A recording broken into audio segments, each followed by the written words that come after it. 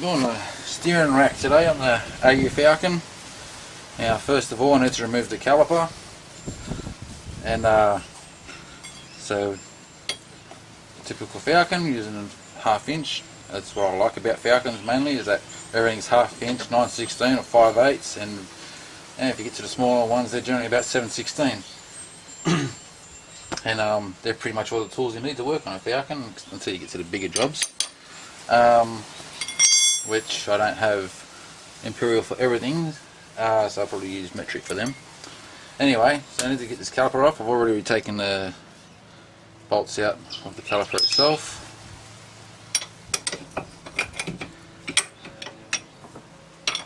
I'm just using a bit of leverage, just cheating. I can do that by hand. I'll get that right out of my way as well.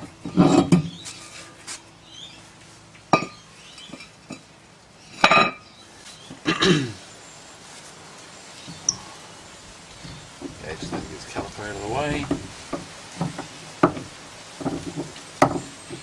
I'll just get the cable tie to hold that in place for me.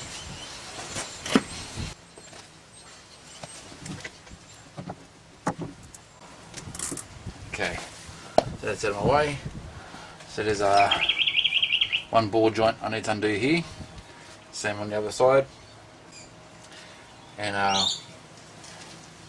so once I've gotten that done, I'll get a socket and I'll take the ball joint. I'll knock that ball joint out first.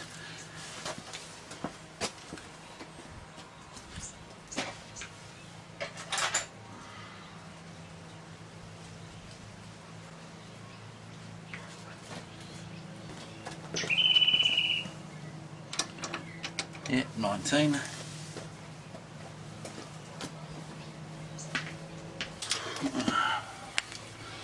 I'm using a torque wrench, but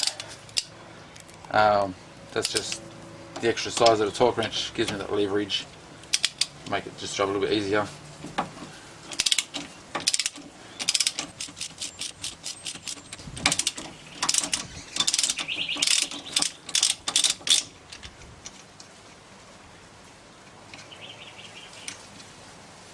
Okay, I'm just going to leave that, so just wind it down a little bit tight by hand.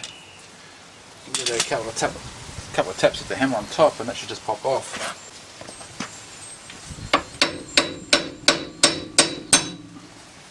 Bob's your uncle.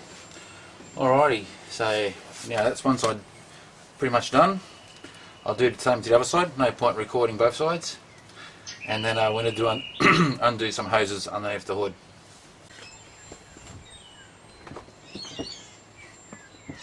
Before I do the other side, just turn the steering wheel all the other way, just to give me that access that I need.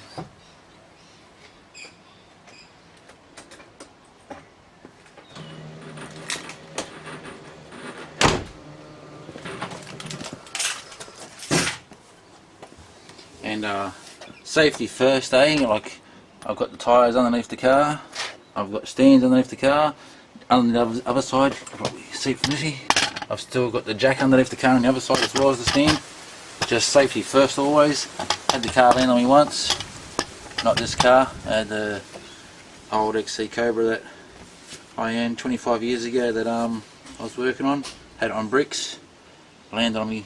I got out of the car from just in time, landed on my thumb, and never again. That was a lesson well learnt. Alright, so I'm going to get to the other side now and then under the hood. So under the hood, you've got a 10mm bolt you need to remove from here to undo the steering column to the steering rack there, and unplug the sensor, and two 19 bolts there to the hoses. They need to come off, and also I need to put a bucket underneath there before doing that to catch any transmission that's going to come out. Power steering, transmission, same shit in a different bucket. So once I've got all that off, then it's just two more bolts underneath to remove, and the rack will come down.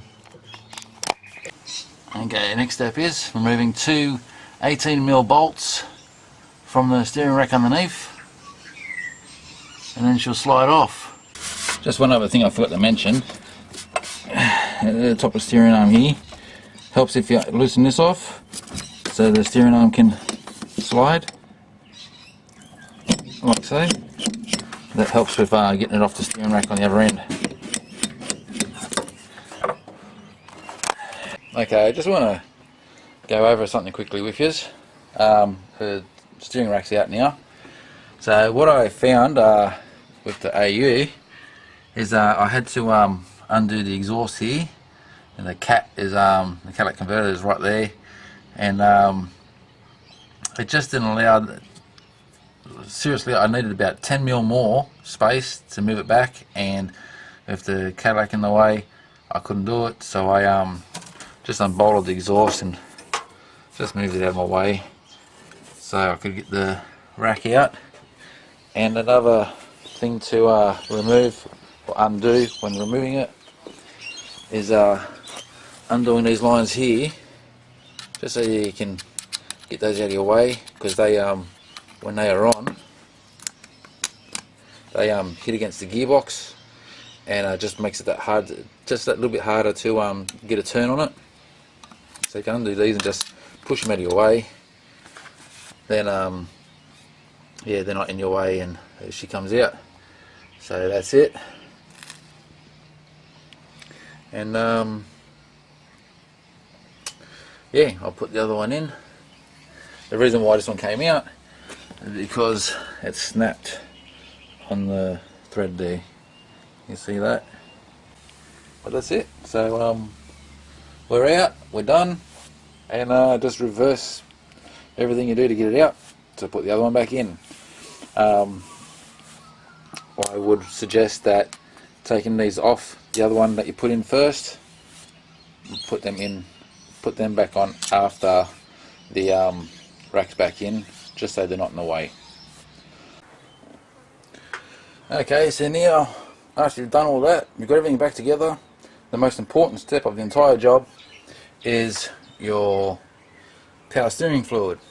Now there's going to be a bootload of air in there because I've changed the whole steering rack. So now I've got my oil to the level it should be in there. What you want to do,